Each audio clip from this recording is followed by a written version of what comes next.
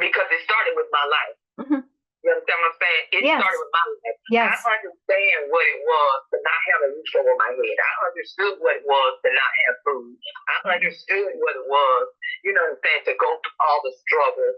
You know what I'm saying? I've been raped twice. I've gone through domestic violence.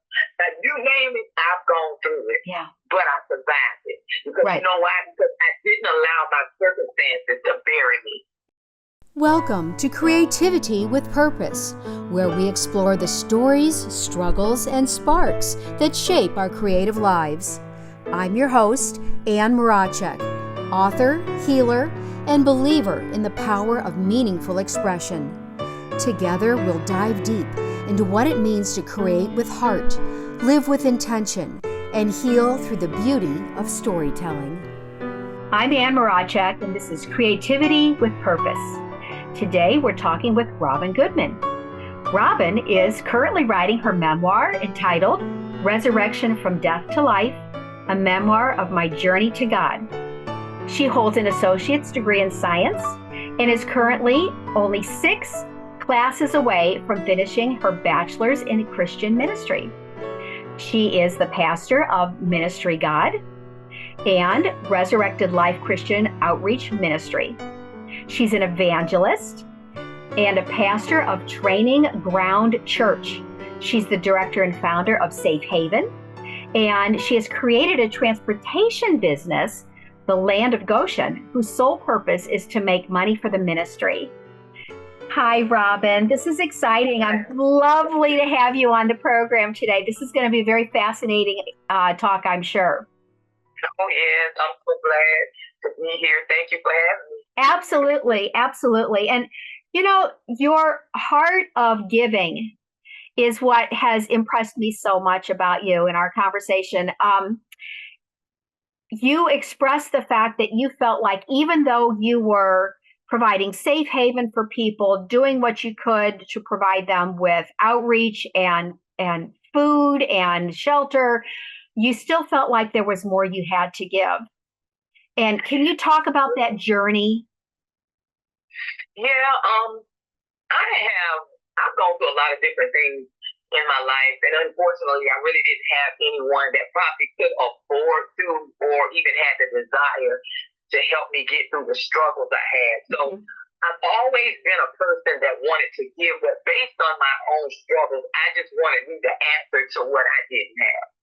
And so something in me just drives me to help people, to encourage people in any avenue that God gives me. You know, I just do it. It's by impulse. I do it. And I've just found that there's so much need, not just physical things, but sometimes it's enough just to hear somebody out. It's enough just to, you know, be an encouragement to somebody, just to say, okay, I don't care how bad it is, it will get better. Just don't give up. Yeah. I found that most of us want to tell people what to do, but I show people how to do it by first being the example and then walking them through the process so that they don't have to be alone struggling. Yes. And people responding to it. Oh, absolutely. Because from my worldview, I'm an extensive traveler. I just got back from Ireland. And it seems to me that the more of the world you see, the more people you meet, the more cultures you experience, the more you realize we're all interconnected. We all are the same, right? We all want to live in peace. We all want to raise our children. We all want to be able to thrive and prosper and pursue happiness. And these basic human needs and emotions transcend any social, political, anything, barriers that we might perceive as separating us. Because at the end of the day, we're all just people, right? That's exactly, right. Exactly. And we all have the same basic needs and desires. Yes, that's one of the things. My team that I train, I'm very hard on them because I want them to understand it's not about race. It's not about the amount of money. It's not about, you know, oh, I'm this in the church, a title or position. It's about the fact that God created us all, and it doesn't matter where you came from. It doesn't matter your background. all of us have value. Yes. And we deserve respect. Yes. Respect for, just the simple things in life. Everybody deserves to be seen. Yes. And so I'm just a person, I believe in because I also go to a church, but the majority of the work that I do is outside of the church because I want to reach people that may never ever walk in a church. Mm-hmm. God literally spoke to me and said, your life may be the only sermon that somebody sees. Yes. We sit in church all day long, but if you're sitting in a building, they really don't see what you're doing outside. Mm-hmm. But when people see you outside feeding people, and they say, well, what church is doing? I'm here representing God today. Yeah. Yeah. You don't ask for anything. Uh-huh. You're just giving back to people that are struggling. I remember one day we were feeding the homeless, and God said, I want you to stop saying you're feeding the homeless, which that is a large percentage of who you're feeding. He said, I want you to say that you're feeding anyone that needs it. So when we got to that point, I would have people that would take taking their families out, but they couldn't afford to stop to get them something to eat. So they would come and say, I have my children here, can't they eat? Yeah. We're not homeless. And I'm like, it's for anybody that wants to eat. Yeah. It's for anybody that knows somebody. Mm-hmm. Some people might come and say, well, can I get 10 plates? I said, we may feed people that I may never lay eyes on. Mm-hmm. But because of people, the food or whatever we're giving away is putting into the hands of the people that actually need it. Yes. And so that blesses me because I know what it is to live in a house and cabinets be empty. And people are judging and say, well, you're living in a nice house, but you don't know what's going on inside the house. Right. Right. So I learned not to judge, but just take care of if it's prayer. We just literally went day before yesterday to Aner. This lady, one son is sick. She got another son that had a stroke on his spinal brain system. Oh my! And he's a complete quadriplegic. Oh my! He can't even talk. He can't do anything. And me and my team, we went to them and we ministered to whatever needs that they had. Mm-hmm. And we went to them. We didn't wait for them to come to us. Yeah, because really they couldn't. Exactly. Yeah, yeah. So we're the gap. We go, God told me we're the ministry he gave me is a bridge. Yes. It's a bridge. We take care of the ones that can't come to church, the ones that don't qualify for this benefit, or the ones that don't have that.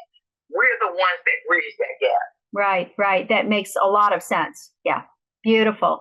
And so, I focus on creativity with purpose.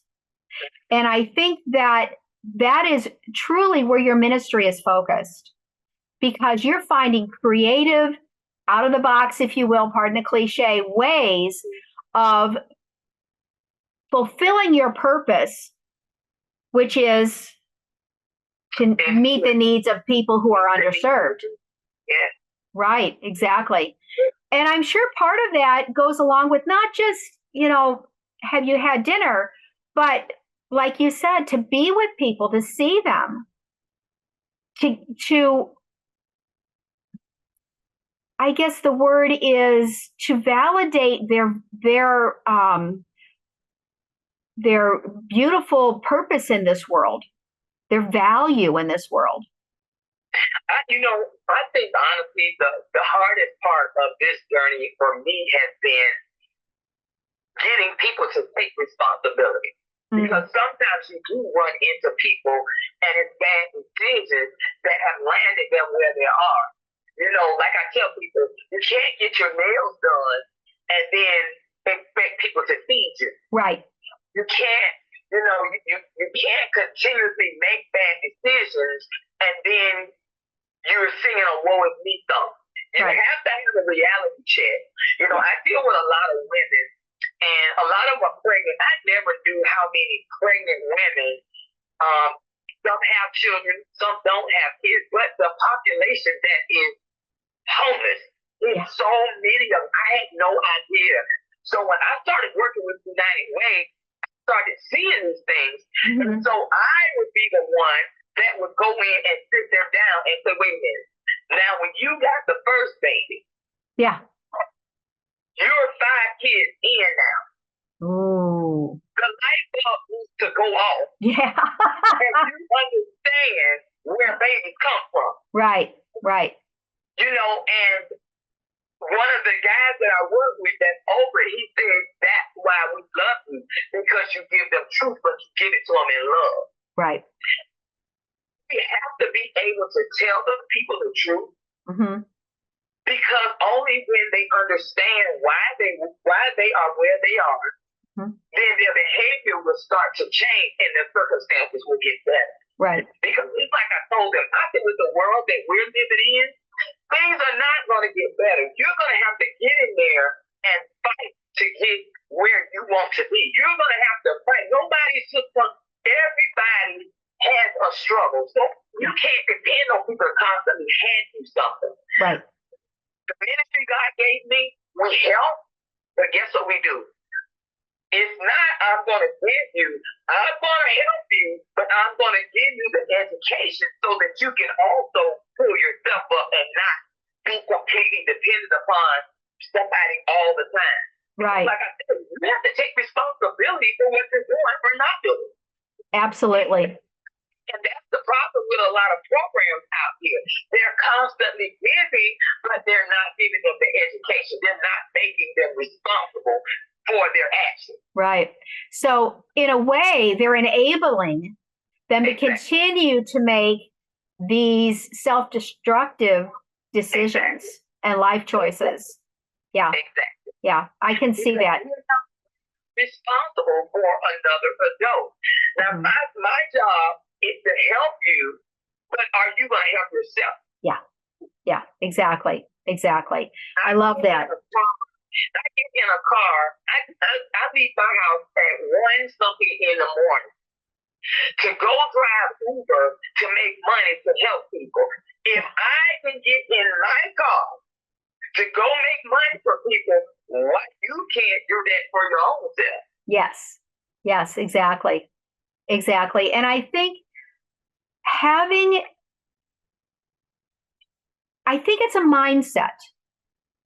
I think so often people have a disempowered mindset.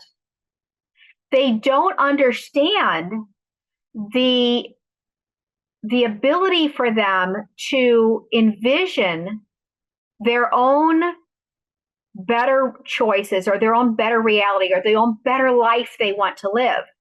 Right. And that they have the power within them to move every day closer to that vision of a better self, a better life.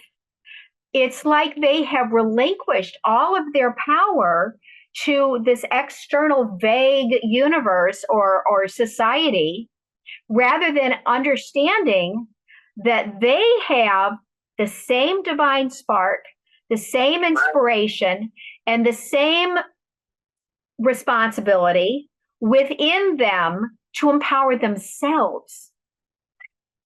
Yeah.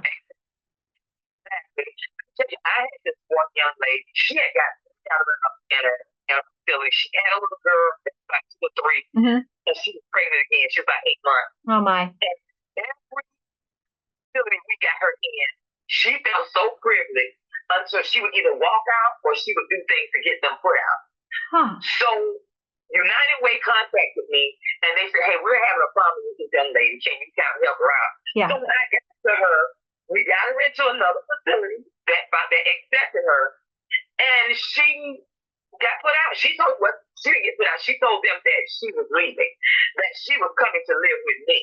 So the pastor from United Way called me and he said, "Well, this young lady is saying she's coming to live with you. She's told the home director this. She's told the police this."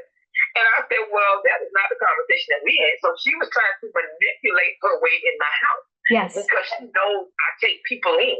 So I got on the phone and I called her. I said, "Listen, this is what we're going to do." I said, "You have made up in your mind that you're not going to take responsibility for your actions. What we're going to do is I'm going to fall back and allow you to make the decision. You can go to this other facility I know in Florence, South Carolina, or you and your daughter can sleep on a rock tonight. Yeah. Yeah. I said, because that's where you are. Yeah. And she said, oh my God, well, I don't want to go to Florida. I said, well, when you told those people that you were leaving, evidently you had a plan. So I'm going to hang up and give you time to figure out what that plan is. When you figure it out, call me back. Yeah. Yeah. She called me in about an hour and said, I'll go to Florida. I said, listen, you're going to have to accept the fact that you are an adult, you're 8 months pregnant, and you have a baby. Yeah. I don't care what you don't like. You're not in your house. Mm-hmm. Yeah. You didn't get put out of your house. You left your house because you live on the street. Mm-hmm. Nobody owes you anything. I said, and when you go to this place, I want you to understand, you get put out of here, that night you'll sleep on a rock. Yeah. Yeah. Tears was running down her face. But you know what she ended up doing? She ended up going back home. Oh, there you go. There you go. I've met several women. I had to come to them like that, and they went back home. I said, nobody owes you anything. Mm-hmm. Mm-hmm. We're so quick to want to help, and don't, like you said, helping is good, but you can't enable bad behavior. Right. Exactly. Exactly. She had to have that reality check to where, okay, she really gonna let me sit on the street. Mm-hmm. Yeah, Mm-hmm. because that's the decision you made. Right. Right. Right. I understand. She didn't have to make that decision. Mm-hmm. She didn't feel people. They said that this girl was down there spitting on people. Who does that? Yeah. Because she had an issue with the lady's color. Oh. What does the have to do with them giving you a place to stay? Right. Exactly. Exactly. Entitled. Yeah. Right. Right. They feel entitled. And my message to them is, you can have a better life, but you're going to have to work for it. Right. Exactly. And there's something very profound about having the grace of gratitude. If someone provided for me, the first word out of my mouth would be, oh my gosh, thank you. Thank you so much. Thank you for extending this grace and this gift. Right. That heart of gratitude seems to be missing. Yeah. That's the entitlement. And that's profound because, if someone is truly grateful, that not only helps their own spirit, but it encourages, it inspires the person who is opening their hand to give to continue to do that. Exactly. Continue. That's why I had to really and truly just start saying, okay, because it started with my life. Mm-hmm. You understand what I'm saying? It Yes. started with my life. Yes. I understand what it was to not have a roof over my head. I understood what it was to not have food. I understood what it was, you know what I'm saying, to go through all the struggles. You know what I'm saying? I've been raped twice. I've gone through domestic violence. You name it, I've gone through it. Yeah. But I survived it. Because you know why? Because I didn't allow my circumstances to bury me. Exactly. Literally say, okay, what am I going to do? Because some of my behaviors led me down the wrong path. Mm-hmm. Mm-hmm. When I was younger, I was molested, but then because of the molestation, then certain patterns erupted, started coming about in my life, and it led me down the wrong way. Yeah. But eventually, I had to take responsibility for my own life. I couldn't expect somebody else to do it. I had to say, no, God, you said that I could have a better life, and you said you're going to have to do it my way.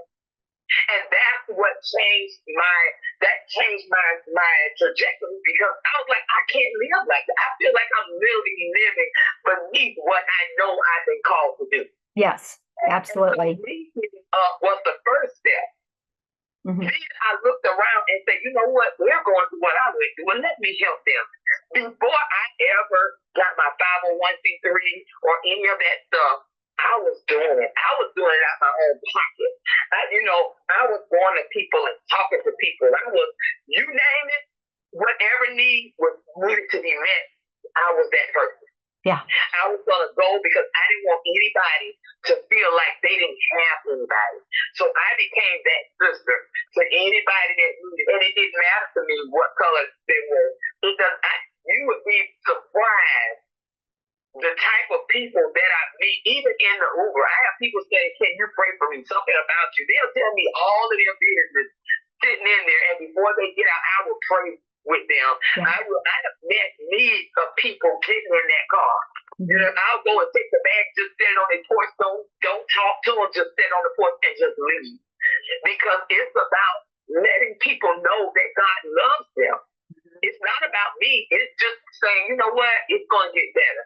For every bag that I hand out, for every prayer, that's saying God sees me.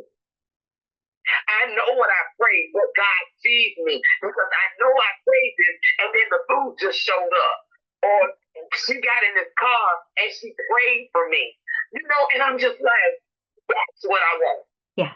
I want people to know, don't give up. I don't care what you go through, things will get better. Yeah, exactly. I know you have a desired outcome. And that, I think, correct me if I'm wrong, is to empower people to step up and re-envision and recreate their own lives. Yes. For me, that was my faith. Because I know everybody, my message is universal. I think whatever your faith is, allow your faith to withstand the weight of your life. Mm-hmm. For me, that faith is in God. Mm-hmm. So it's a proven fact that my faith brought me through all the challenges that I came through. Yeah. So I tell people, whatever you believe in, make sure that it works for you and not against you. Because some people can believe in getting high, but is getting high going to actually help you accomplish your goal? Yeah. See, believing matters when what you believe in actually works. Sure. That's what I'm saying. Because absolutely. We want something that we believe in. Right. Right. But is it going to work for you? If it's not, something needs to change. And that's what happened. I tell people, look, sit down, evaluate where you are, and have a real conversation within you. This is what I see in me. This is how I feel. I feel like my life is not going in the right direction. And be honest. And then surround yourself with people that are going to tell you the truth. Absolutely. Because we want people around us that's going to tell us yes. Yeah. But we need people that's going to say, now, Ron, I know what you said you want to do, but that's not going to lead you down the path that you want. Mm-hmm. And then, we have to be willing to accept that we are wrong. We are so prideful. We don't want anybody telling us anything that's contrary to what we think we know. Yeah, exactly. You don't know it all. You just educating me on some stuff. Exactly. I could have came in here acting like I knew it all, but what did I say? Thank you, because I did not know. Exactly. Because we're here, I think, to encourage, to support, to help each other. Right. In whatever immediate need that fills, like you were needing a little bit of technical advice.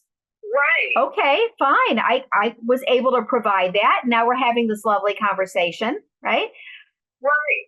But we have to avail ourselves of a couple of things. One, help that is available, right? So like your ministry, the advice of someone who's been down that road, so that we're not constantly reinventing the wheel, right? Exactly. Right, exactly. But we also have to understand that there is an implicit responsibility on ourselves to empower ourselves. I know one of the things that impressed me is that you have a degree. You have a degree, your associate's degree in science, which is very impressive. But you're also working on a second bachelor's degree in Christian ministry.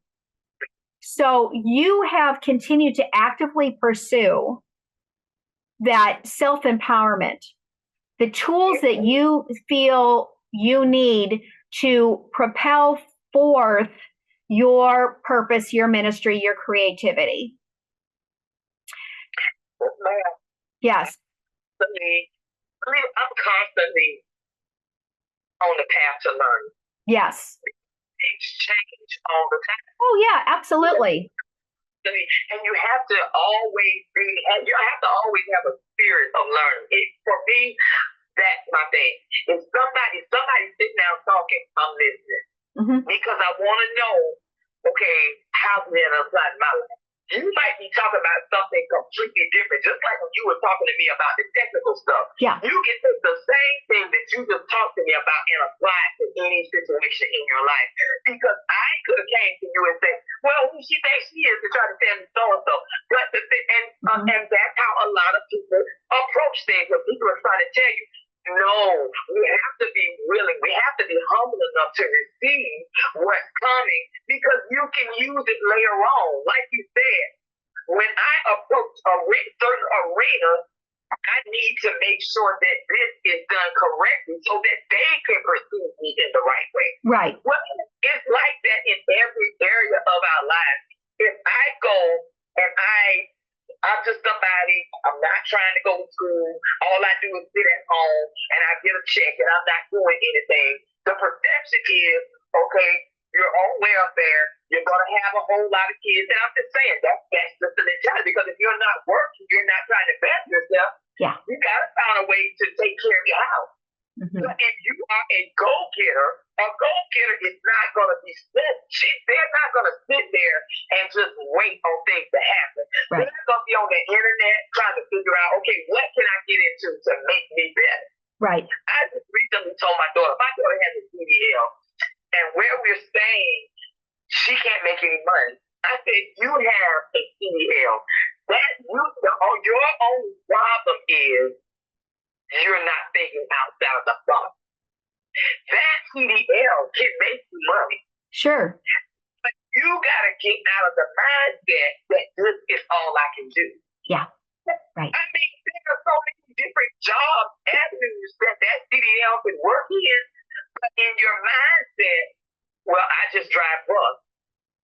But guess what? That CDL can help you in so many different ways. Sure. So I hope you need to open up your mind. And that's what we have to open up our mind to the possibilities of what we can do. Yes. You know, and that's what I encourage people. When they talk to me, first thing I ask, where do you see yourself in a year? Right. Where do you see yourself in 5 years? Exactly. They'll tell me, I don't know. I said, well, I'm going to come back in 30 days. And I'm going to ask you the same question. Yeah. Be able to answer at least what you want to do in the first year. Exactly, because unless you have a goal, you've got nothing to move toward. Exactly. You've got nothing to envision to manifest in your life. Exactly. Right? So we have to have a certain honesty of lens that we can reflect back on our own experiences. Exactly. And I know for a long, long time, I was coming from a very defensive mindset where I was feeling like because of the negative programming that I'd received in my childhood, I had this, I'd say, mindset of I am unworthy of being loved. I am not empowered. I'm not valued. And I took the messages from my environment and the other adults in my life when I was small, and I carried them into my future. And part of what the transformational process of my memoir, Unpacking the Attic, A Path to Healing Your Inner Child, was to stand back from those experiences now with an honest lens as an adult and evaluate and say, okay, let me give you an example. My father, I had a very tumultuous relationship with, sometimes very positive, sometimes very hurtful. On the positive side, when I was 5 years old, I went to kindergarten. I was so proud. And they had this thing called show and tell. And I came home and after my first day at kindergarten, and I said, I need something to take to school for show and tell. So the next morning, we're coming out for breakfast. And Mom always had hard-boiled eggs in the refrigerator. She just always did. So if you wanted a snack, you go get a hard-boiled egg, right? So my dad puts me on his lap and he's bouncing me around and he goes, oh, you laid an egg. Now, he pulls out one of these ice cold hard-boiled eggs, right? And he's having me flap my arms. I'm a chicken, right? You laid an egg. It was hysterically funny now looking back, right? But as a 5-year-old, I believed him because Daddy said I did it. So my mind immediately went to, I'm going to take this to show and tell and show the class the egg I laid. So I'm not putting 2 and 2 together and understanding that this is one of Mom's hard-boiled eggs, ice cold out of the refrigerator, right? But I'm going to take this to show and tell, by golly. And I believed it 100% because Daddy said it. Right. And as a 5-year-old, that was my authority figure. And anything he said was my gospel. Okay? Wow. Now, not too much longer after that, he was in a terrible fight with my mother, as was often the case, sadly. And he stormed into the room and screamed at me, I don't love you. I wish you'd never been born. You're the only reason I stay with her. You're worthless to me. Now, this is the daddy that I love so much that I believed I had laid an ice cold egg because he told me I did. So do you think I believed those negative statements? You betcha I did. And I carried that with me into my adulthood. Okay? Now, if you're coming from a foundation of, I shouldn't have been born, I'm worthless. How do you think that feels? How do you think that empowers your adult accomplishments or your sense of self-worth? It doesn't, right? It undermines everything. So what I had to do in the process of writing Unpacking the Attic was stand back and say, okay, let's evaluate both situations. Was it true that I laid an ice cold egg? Obvious answer is no. Right.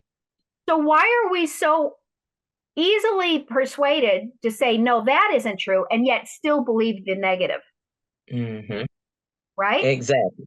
So the fact that my father was saying, I don't love you, you're worthless, I wish you'd never been born, was that also true, or was that false? That was as equally false as the laying the egg, right? Right. So why are we so willing to accept the negative about ourselves as the truth, and the absurd, we can see that that is the false? They're both equally false. They're both equally absurd. Right? Right. So in the process of reframing and rewriting my childhood through an adult lens, you learn to forgive. That's I forgave my father, right? And then you learn to move forward with a new understanding of not everything that we experienced or interpreted through a child's lens is serving us or is even true. That's right.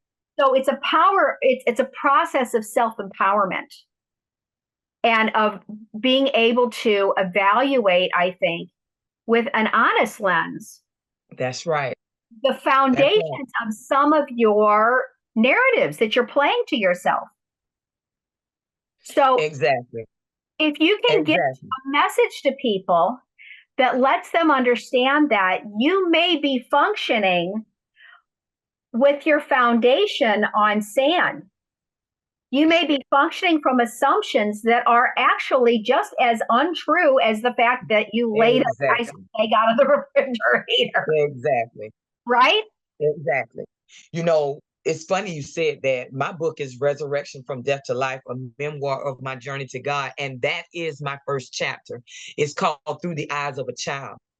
And it goes back through, like, I'm having this out of body experience and I'm looking back to all of the things. And I didn't even recognize me when I started looking back because I was so detached from it. And I was looking and I just could not believe all of the things that I believed as a child. Because when you, like you say, when you look back now, you're like, well, no, it actually wasn't like that. You know what I'm saying? Like you were talking about the believing in believing in the lie. And I think me going through this book, literally, it took me 40 years to write this book.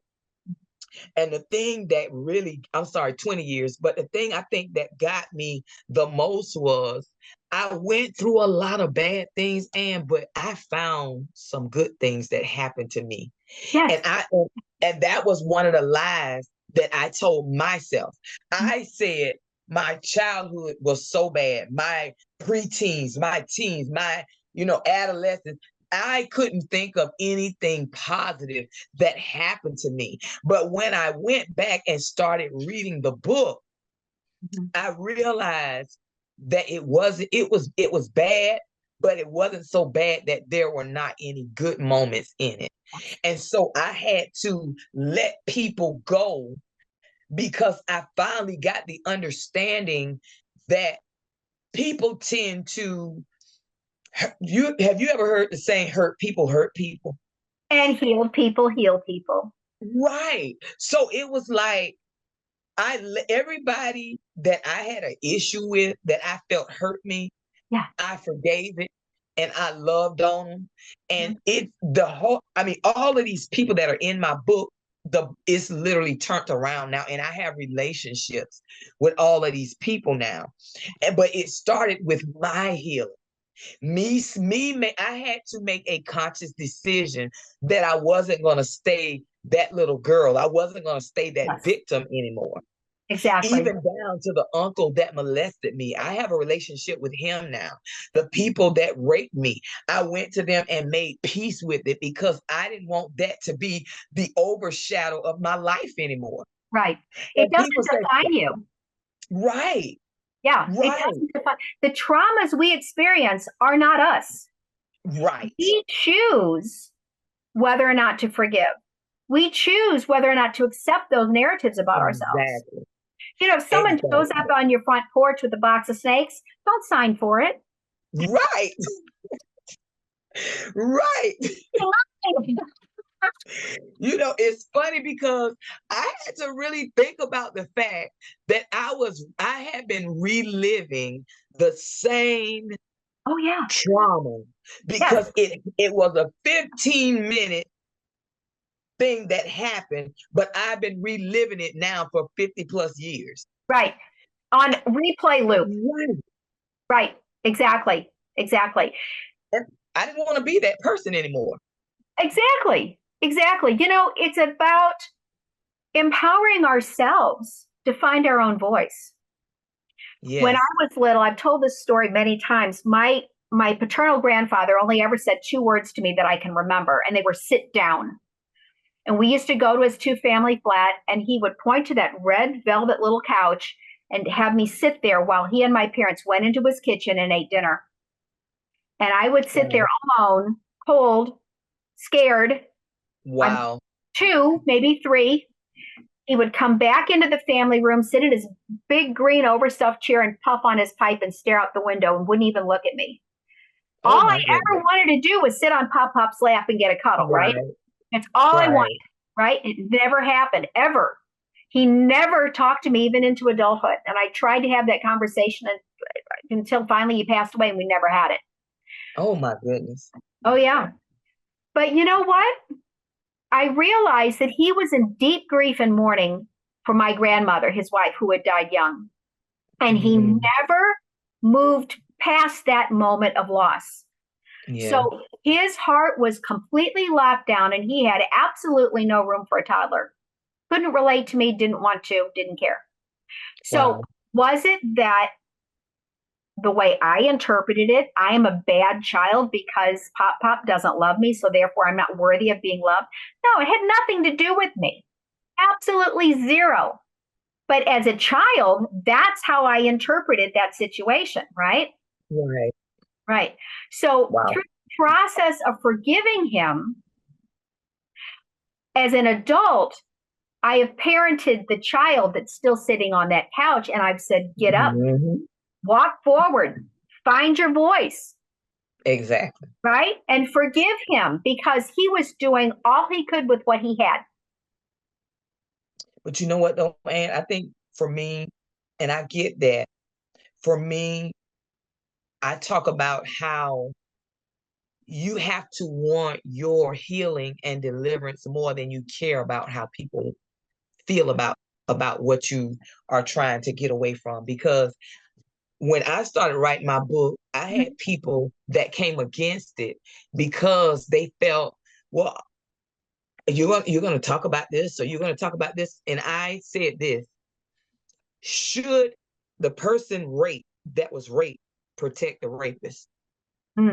Or should she tell it so that she can get past it and get her healing? Yeah, right. You understand what I'm saying? Sure, because I do. You have to be willing. People are not going to be comfortable with you telling your story. People are not going to be comfortable because some people know what they did. And unfortunately, they knew what they did when they did it. But the culture is be quiet. Don't talk about it. So when I started to talk about it, there were people saying, well, you shouldn't say that. And you shouldn't write that.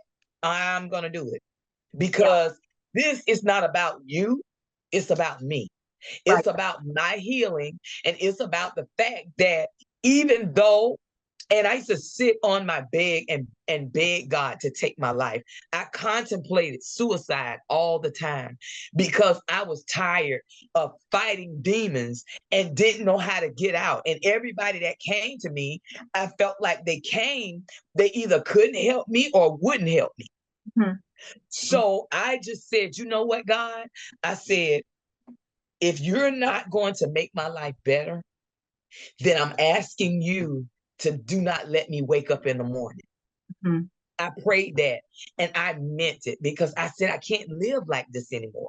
My demons were constantly coming and I couldn't get away from it. So you know what I ended up doing? I ended up leaving my hometown and I moved to a place where nobody knew me so that I can just and this is where my ministry was birthed. Oh, wonderful.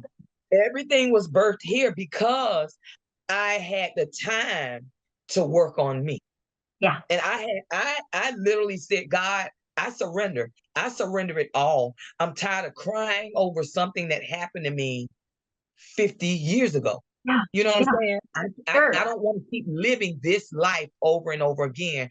So that's what I tell people. Get past your pain. Get past your trauma.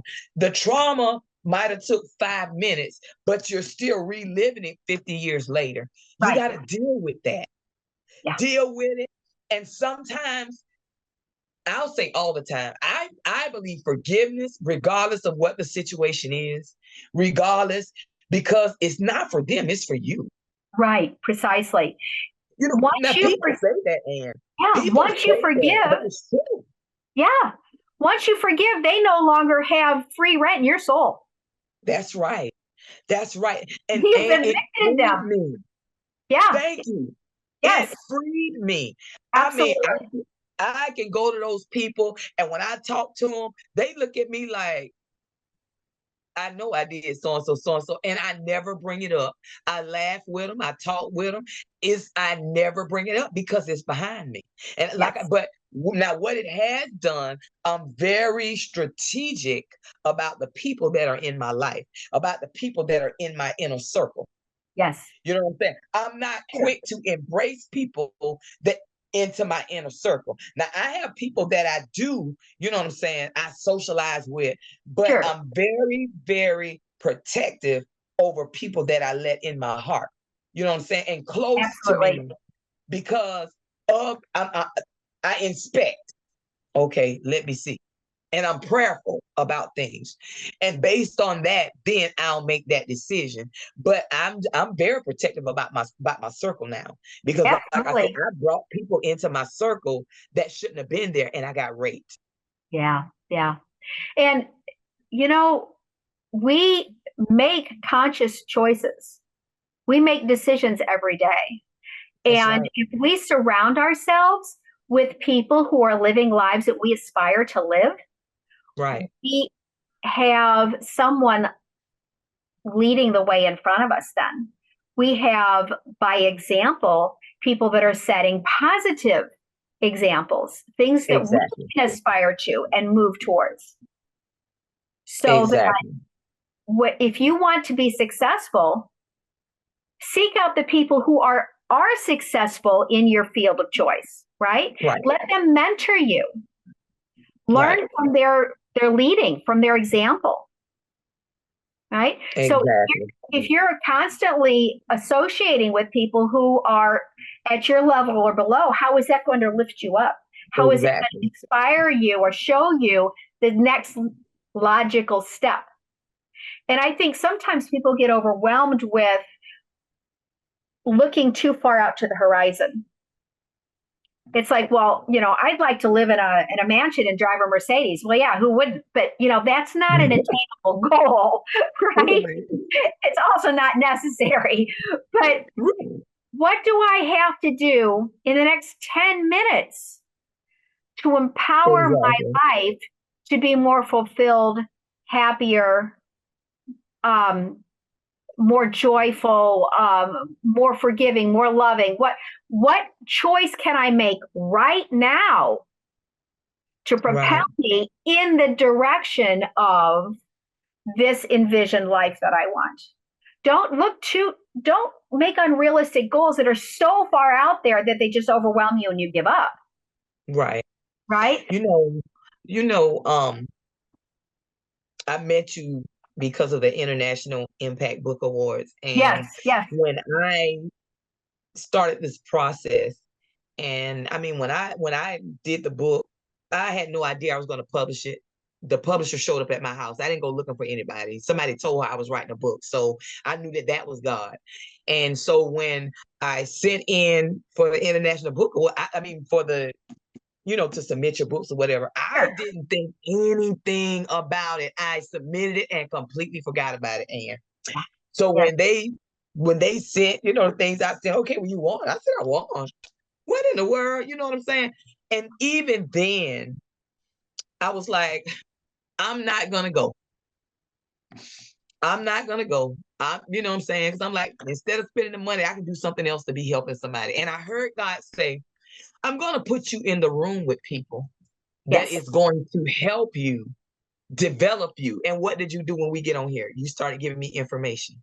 Yes, exactly. So I'm in this process to help people because God even told me, he said, listen, he said, for some reason, you only think that poor people or sick people need me. He said everybody needs God. Right, right, right. Now it's up to you what you believe in. You understand what I'm saying? That's Sure, not what I'm here to promote. absolutely. I know what works for me. But he said, what I need for you, I'm going to put you in rooms where you're going to get educated Mhm. and you're going to be able to help other people. Right. And so that's why I said, I'm going to do this. Because, and this ain't my scene. I'm a very, I'm learning to be more out front, but normally I'm a behind the scenes kind of person. And I would never, you know what I'm saying, enter an award or go and do this. That's just not me. But, in these days, he's been putting me out front a lot more. You know what I'm Yes. saying? And so I'm excited, but very nervous. Yeah, yeah, Even when you responded about doing the interview, I yeah. mean, when you asked me about the bio, I had no clue because I'm like, this is something it never crossed my mind that this would be something that I would be doing. Right. Exactly. Exactly. Are you coming to Phoenix? Am I going to I'm see you? coming. All I'm right. coming. All I'm right. coming. And you know, I did like the base level, and God said, no, I want you to do the one where you get to be around all of the people. Uh-huh, And so I upgraded my package. There you And go. it has been, but see, it was a struggle because, like I told you, I'm so used to helping people. And I'm Sure. like, why would I spend thousands of dollars to do that when that can feed somebody, or that can this? But like you said, in my mindset, I had to see something more than what was before me, because sometimes you don't dream about things, because sometimes like in my childhood, all of my dreams got smashed. Mm-hmm. So Yes. I'm perfectly content at doing what I'm doing. But what do you mean I'm gonna be in front of these types of people? And you know, are you serious? Right. Me? Mm-hmm. Me? Yes. And God said, yes, you. Yeah. Yeah. You know what I'm saying? And I just I think do. that God is doing something that it kind of blindsided me, I guess. Yeah. It blindsided me because it would never be something that I myself would do. Right. Not for recognition or anything like that. Sure. But, you know, I think what happens is that we step into a larger role. Unpacking the Attic has now won 15 awards. Oh, wow. It got the gold first place for the inspirational memoir at the International Impact Award, where I'm going to get to give you a hug in Phoenix, which is going to be lovely. And I think that is empowering because we are all still works in progress. Right. And we are all still finding our voice. But we have to learn that the message from God to me has always been love. But what God wants is more messengers. Right. And so when he taps you on the shoulder and says, I'm calling you to put this message of light and love and hope and transformation out into the world because my flock needs to hear this. Yes. Right? It's up to us then to stretch ourselves, to face our fears, to walk forward into that new role, and to let God gift us and empower us. And I made the commitment myself is that if the universe sends an opportunity that's going to empower me and enable me to gift more people, I will step into that role, even though it's scary or uncomfortable, right? Right. Because those serendipitous experiences are sent to us for a reason. Right. Those doors will open. And the more you step through the open door, the more doors will open in front of you. Because if a door opens and you refuse to go through, why would he send another? Right. See, you're helping me because, of course, from my background, pastoring church is going to that building. And see, that's what my outreach is. My outreach is street. That's why I say I do more outside the church than I do. And so now he's saying, okay, I'm going to send you places and you're going to be the church. Not the building that you're always going to, but you're going to be the church. Exactly. That means when you show up and if somebody needs to be encouraged, you don't have to be in a church to encourage them. Encourage them where you are. Exactly. And I believe that that's what he is. That's what this book is all about. Encouraging people. Because let me tell you something. This book, it has curse words in it. Have you ever watched Lifetime? I'm sorry? Have you ever watched Lifetime? No, I have not. Lifetime is drama. Okay. It's drama. This book is drama, but it's my process, and you can see the process, all the things that I've done. You know what I'm saying? But you slowly but surely see God turning it around for me. And so when my publisher asked me, "You sure you want to put these scriptures in here with these curse words?" I said, "It was my life." Yeah. Yeah. It was my process.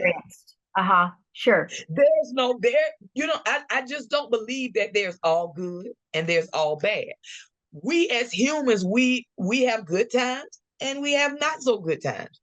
But what I wanted to do was show people, and when I wrote it, it wasn't about the people, it was about me getting it out of me. But when I got to the end, I said, "Do you get it?" And she said, "I got it." She said, in publishing the book, it literally helped me go through some things that I have been dealing with. Sure. It got me through those Transformative. things. Yeah. Right. And so that was my whole purpose. My name is the only one that's in this book.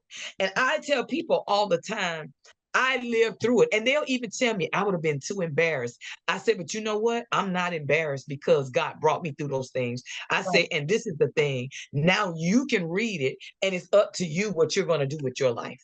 Right. It's up to you. You see, and people that I interact with at the church and different people, they say, we're looking at you now and we would have never known that you've gone through all the things that you've gone through. I say, but guess what? I'm not the only one that has gone through things. Oh, absolutely. We all have gone through things. Right. We all. I say, but if I never meet you, if you read this book, I promise you, you will get something out of it. Everybody that reads it say they find themselves in it. Because whether I was out here having sex, whether I got raped, whether it was molestation, whether it was domestic violence that I went through, whether it was heartbreak in the church, bad relationships, all of it's in this book. And my uncle, he's a pastor, he said, I know it's probably just full of, an angry Black woman. I said, well, it's not. But that's what I'm saying. People will form their opinions about who they think you are, and they don't know. Right. And it's up to us as authors to become the embodiment of our message. Yes. Right? Yes. Yeah. Can I read you a poem? Yes, please. Sure. It says, it's not the end, but the beginning. I wrote this in 2017. It says, it's not the end, but the beginning. Satan, you tried to take everything I had. You tried to use the hurt and pain to make me bad.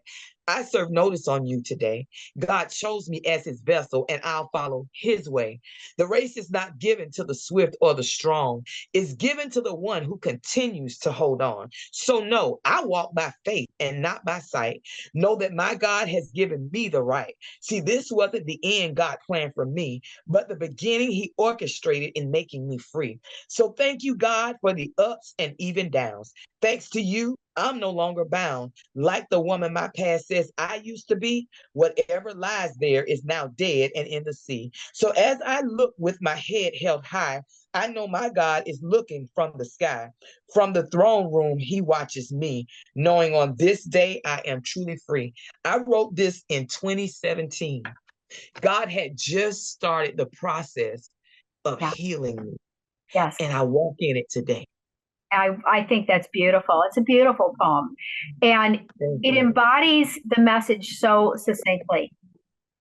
And that's what we all are striving toward, I think, is the understanding that we are made by a perfect God. Yes.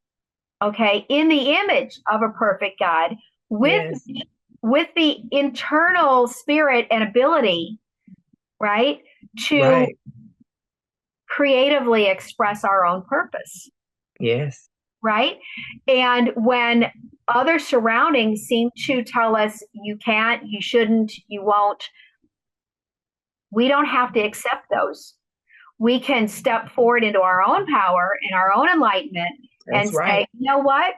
I have it within me to walk forward through anything that life can throw at me. That's right.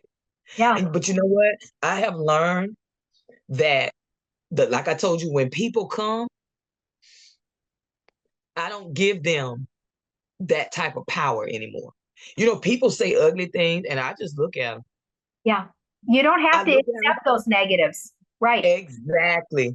And I tell people all the time, what you need to understand, I choose what to answer to. Yes. If you calling me something, that's not my name. Yeah.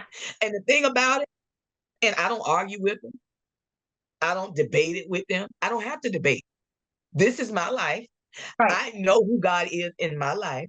I know who I am in God. So I don't entertain anything that is said or done outside of what I know that he's called me to do or who he's called me to be.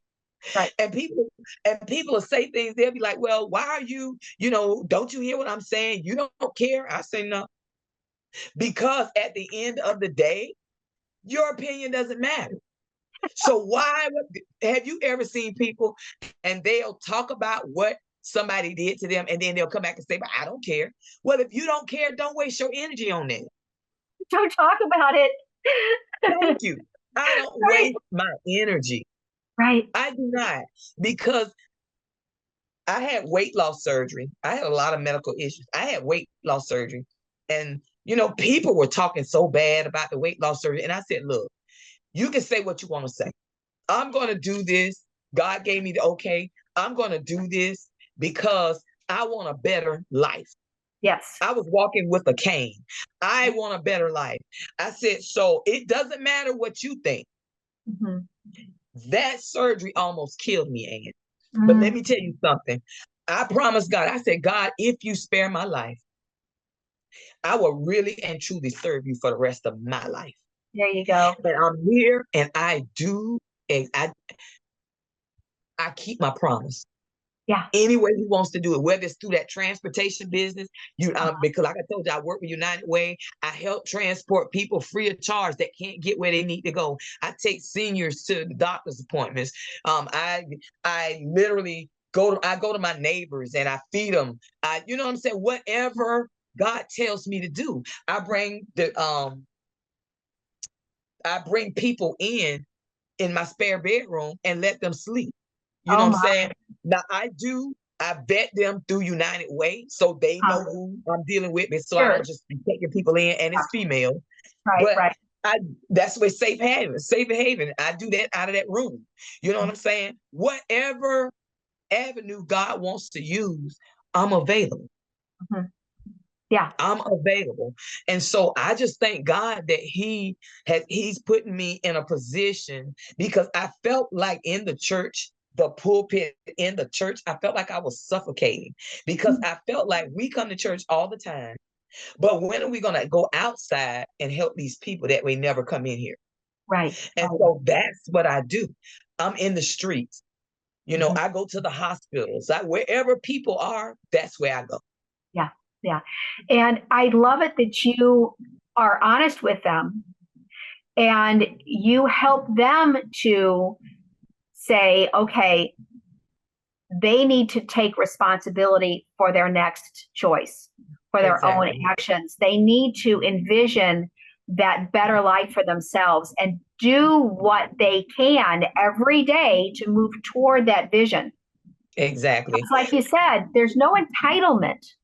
Exactly. Right? We have to understand that we are empowered to make a change in our own lives, which is fabulous because we don't have to wait around for something to fall from the sky to help us. We can help ourselves. We can move forward in that truth. Even when people come here, God will tell me 2 weeks, month, 30 days, whatever he says to me, I'll go back to them. Okay, you got X amount of days. You need to get your ducks in a row. Yeah. Well, can I? No. When the deadline is set, we're not going back. Because if I keep letting you stay, now I'm enabling you. Right. No, because when they're here, they don't pay for food. They don't pay to wash clothes. They don't pay. They pay for absolutely nothing. So you're not going to tell me that if somebody's feeding you and doing all of this stuff for you, that you can't take that opportunity to get yourself together. It's no explanation. You don't have an excuse. Right. If the time comes by and you didn't do what you were supposed to do, that's not on me. That's on you. Right. Exactly. That's a choice that you consciously made. And guess what? That's me making them accountable for their actions. There you go. Exactly. And that's the only, Jesus said, teach a man to fish. He didn't That's say it. forevermore give them fish. Exactly. If you Right? teach them, they'll eat a lifetime. Right. But that's what's wrong. They just want to eat. That's not the ministry that I have. Like I tell people, I say people have a problem with saying no, but I don't have a problem with that. No, I'm not gonna do that. Mhm. Well, can I come stay? No. Well, why? Because God didn't tell me to let you come. Yeah. And I stand firm. I don't waver. I stand firm because it's like I said, people will use and abuse you if they think they can. Sure. And my goal is to help, is to empower you to do better, is to walk with you and not send you, but to walk with you and say, hey, this is how you do this. You know, you need a ride to go to get a social security card. You need a ride to go get your driver's license. You need this. And right now I have 4 things that I got, but God has given me over 20 different things. We're going to end up with a transition home for people coming out of prison. We're going to have an adult daycare. We're going to have a children's daycare that people can afford. We're going to have a homeless shelter. All of these are things that God has given me, you know what I'm saying, to help people, but we're doing it one step at a time. Sure, exactly. What is the next best thing I can do to move myself toward this vision? Exactly. Right? Yeah. And everyone needs to incorporate that into their own sense of worth and their own being, because we are all given the same seed of faith. We are all given the same eternal spirit. We're all part of the same divine consciousness, right? That's right. So there's no excuse. We just have to understand that we have everything we need within us. And so when you avail yourself of some help that's handed to you, have that heart of gratitude, but then move forward in that empowerment to do what you need to do to improve your situation. Exactly. Yeah. And that's what my message is. What are you going to do? Yeah. God told me to ask every person that I come encounter with, do you want to be resurrected? Because the ministry name is Resurrected Life Christian Outreach Ministry. Do you want to be resurrected? Because if you're just coming here for a handout, then this is not the place for you. Because with us helping you is going to come knowledge, and it's going to, you're going to have to make a decision. It's not, I'm going to give you money and then you're back next month and you're not learning anything. That's not what we're doing. We're going to put you in a program where you can learn how to sustain yourself and become a better person for you, your children, and even for society. Yes. That's the goal, to get you to understand that you are so much more than what you're settling for. Yes. And I think that also comes from the mindset of interconnectedness, that all of us are in this web. We're all interconnected, right? But if someone comes at this with a mindset of separateness, then that is very isolating. That is very disempowering, and that doesn't promote a heart of gratitude. Well, think about it. Jesus was inclusive. Yes, exactly. Exactly. Because we all have the same basic human needs. We all have the same basic traumas that we face. Exactly. Right? We all experience the same universal emotions. Right. All of us feel rejection. All of us feel, abandoned. All of us feel injustice. Right. It doesn't matter what the basic fundamental trauma is. We all experience it with different scenarios, obviously, different details, but the same basic human emotions are always there. That's right. And how we empower ourselves to say, okay, that stops here. I'm going to stop this. It's sometimes generationally propelled. Exactly. I'm going to put a stop to this now, and I'm going to move forward in my own truth and my own light, and I'm going to empower myself in every way I can to move toward my own manifest better life. Right. And, I really do believe, because like, for instance, with all of the stuff that's going on in this world, people are so scared that people are going to be dying. And, with all of the stuff that's going on with the laws and stuff that's came out. And they said, well, it doesn't bother you. I said, no. Well, why not? Because of the God that I serve. Yeah. Yeah. I pray. but I Sure. trust God. I Mhm. pray, but I trust God. You understand? I pray, Sure. and when I pray, I'm asking God, okay, how should I handle this? What should I do? You know what I'm saying? If it's Sure. if let's just take, if it's something that says, okay, well, Robin, when you go on a cruise, I'll pray about it. And if God say, don't go on the cruise because you're gonna need that money later, I'm not going just because you want me to go. Right. I'm Right. not going to get my nails done if I don't feel a release in my spirit to get my nails done, because I'll be using the money for the nails when I can be buying food with that. Yes. So you can't say, you know what I'm saying? Well, oh, I'm scared, and this is going to happen and that's going to happen. You have to put your faith in something bigger than you. Yes, absolutely. And you have to make adult choices, Exactly. right? There So we is talk that about faith. element of adult responsibility and taking responsibility for your own actions, so I that say every faith, choice you make moves you right? toward that empowered life that you want for yourself and your children. Exactly. It's faith, responsibility, and accountability. Right. That's Absolutely. what it is. And I think those are very strong 3 pillars. Exactly. But I don't know. I mean, honestly, I don't understand what happened. I mean, all I know is that we as a people have got to do better. Like I said, I was talking to my vice president, well, my president, and we were talking, and I told him, I said, with everything that's going on in the world, I said the needs of the people are going to get very great, because people are going to be lacking this and lacking this, I said, and we're going to have to be prepared. Mhm. For some people, they're going to be asking for money, but it's not, when you talk to them, you're going to realize it's not the money. It's the fact that they need to stop spending money. Yeah. You have to address what the problem is. Like, I had this young lady, and she kept saying, I'm going to go to jail because my sister's doing this right here, and somebody's doing this, and I'm going to go to jail. I'm going to go to jail. I said, listen, if you go to jail, you on your own. 2 weeks later, she went to jail. She Oh, used her rent to pay to get out of jail. And then she called us wanting help. I said, no. uh-huh. Yeah. No. I said, because if you would have controlled your temper, Mhm. you wouldn't have went to jail. Right. Exactly. It's called being an adult. Yes. You allowed your emotions to put you in a position to where you about to lose your place to stay. I said, and you want somebody else to be in panic mode when you could have handled this from the. I said, you've been saying you was gonna go to jail for weeks. Yeah. Yeah. So no, I'm not giving you any money. And she said she had to end up selling some of her stuff to get the money. I say, but you learned a lesson, didn't you? Hopefully. You Hope. have 5 children, but she got 5 kids, Oh and my. she's pregnant, and you ain't had nothing better to do but go to jail.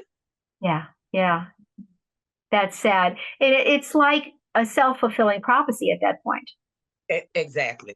Yeah. And I'm like, if you can talk about it for weeks saying that you're going to jail, you could have said, I'm not going to jail. I'm Right. gonna be in perfect peace. I'm gonna stay away from that situation. I Mhm. said, you could have counteracted all of that by Sure. saying something different and doing something different. But I'm Absolutely. not going to go out driving, one something in the morning, making money for people that need money. You didn't need that.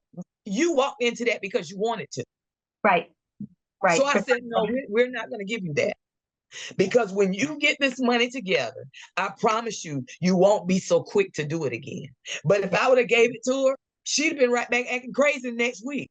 No, I'm not doing that. Absolutely. Absolutely. Yeah, there's a fine line between actually helping and teaching and empowering versus being someone who perpetuates their bad choices.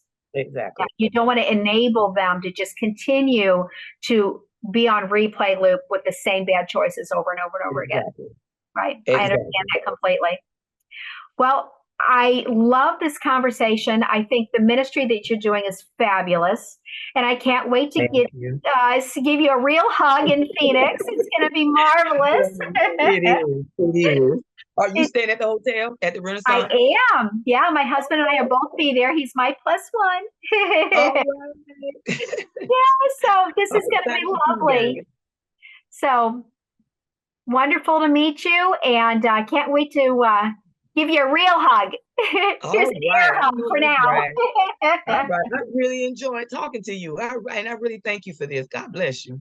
Thank you so much, my dear. Yes, I feel like the messages of creativity with purpose are there to do exactly what you're trying to do, to empower everyone to make better choices, to have an adult perspective, and to decide what is my creative purpose. How am I going to creatively move toward a goal that has purpose and meaning for me? Right? And so by sharing the journey of so many creative people, authors like yourself, that have been through the road of life, right, and have made better choices, that leads by example. Yeah. Yes, ma'am. And that's it. I cannot stress that anybody that is trying to encourage people, help people, don't be so quick to tell them what to do, but show them how to do it. Walk through life with people. I think we will be so much better if we walk through life with people. I can share my experiences. You know, when you were talking about the things that you've come through, it encouraged me. You understand what I'm saying? Because like you said, we never get to the point to where we can't learn. And like I told you, I heard this is going to be your platform. You're not per se in the church, but you're going to be, the world is going to be your church. Wherever I see you, you're going to be able to tell somebody about how you got it. And that's just important. Exactly. Be the message. Yes, that's what he told me. Yeah, be the message. Well, my darling, I will see you in a week. All right. See you in a week. Thank you.